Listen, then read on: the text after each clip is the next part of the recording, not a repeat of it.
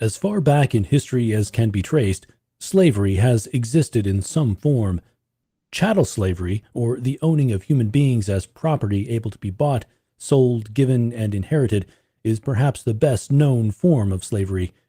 Enslaved people in this context have no personal freedom or recognized rights to decide the direction of their own lives.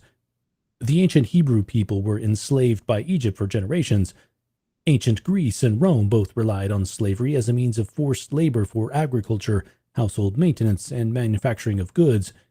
In medieval Europe, slavery was practiced in Italy, Russia, France, Spain, and North Africa.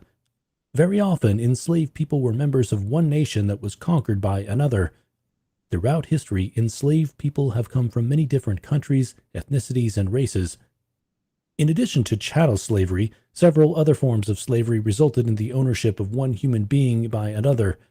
For example, debt slavery was practiced as a means of one person paying off a debt to another.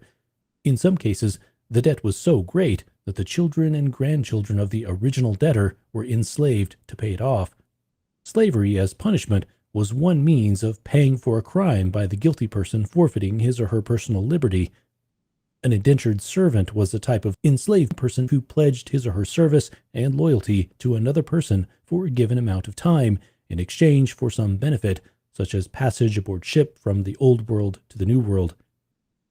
As various European nations began to establish colonies in the New World, a natural need resulted for labor to clear the land, build houses and other structures, grow crops, and tend to the daily needs of households. Initially, the labor force consisted of white indentured servants. The first appearance of black people who were enslaved in the Americas occurred on the Caribbean islands of Barbados and Jamaica.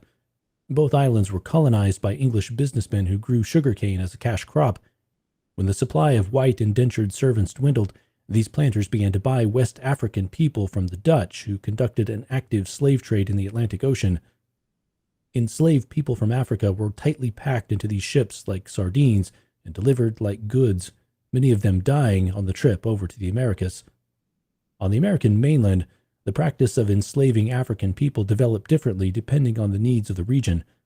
In Virginia, for example, the Dutch slave trade was not accessible in the early days of the colony. As a result, Virginia tobacco planters relied initially on indentured servitude and, to a much lesser extent, labor from people indigenous to the area. Eventually, difficulties with keeping Native American laborers and obtaining enough indentured servants led to the Dutch establishment of an African slave trading outpost in the area. In the northern colonies, the labor needs were much different than the agrarian South. While the northern colonies did rely on African slave labor, these enslaved people were more likely to serve as household servants rather than field laborers. During the 18th and 19th centuries, slavery flourished in America, particularly in the southern states.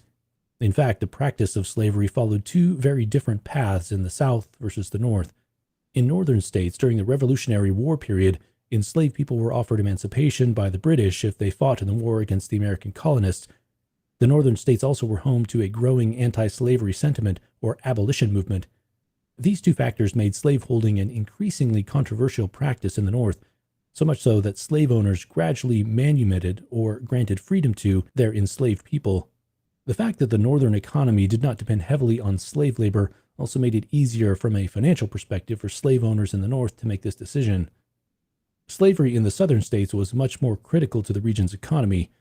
The reliance on agriculture, as opposed to industry as found in the North, required a large supply of laborers. The American population in the South was far from adequate to maintain a thriving agricultural economy. Therefore, the need was paramount for inexpensive labor. As the northern and southern economies developed separately, two separate American cultures also evolved. During the 19th century, slavery became the chief symbol of the division between South and North.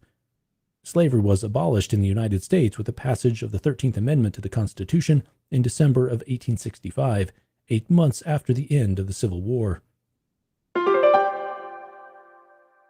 Slavery has been a reality in virtually every major culture throughout history.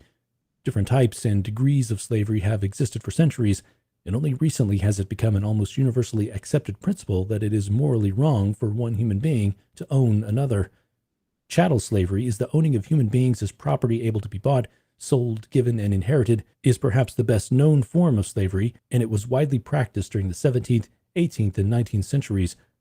Other types of slavery include debt slavery, which is a means of one person paying off a debt to another, slavery as punishment, which means paying for a crime by the guilty person forfeiting his or her personal liberty, and indentured servitude, which was a type of enslaved person who pledged his or her service and loyalty to another person for a given amount of time in exchange for some benefit. Most often, enslaved people in America were imported by ship from West Africa, following routes across the Atlantic Ocean originally established by Dutch slave traders. Enslaved people performed different types of work depending on whether they lived in northern or southern states. The abolitionist movement was a movement that opposed slavery in all forms and that began to grow despite some enslaved people becoming manumitted or granted freedom. Overall, slavery became such a contentious issue in America that a war was fought in large part to settle the issue of whether slave owning would be allowed. Finally, the 13th Amendment abolished slavery in the United States.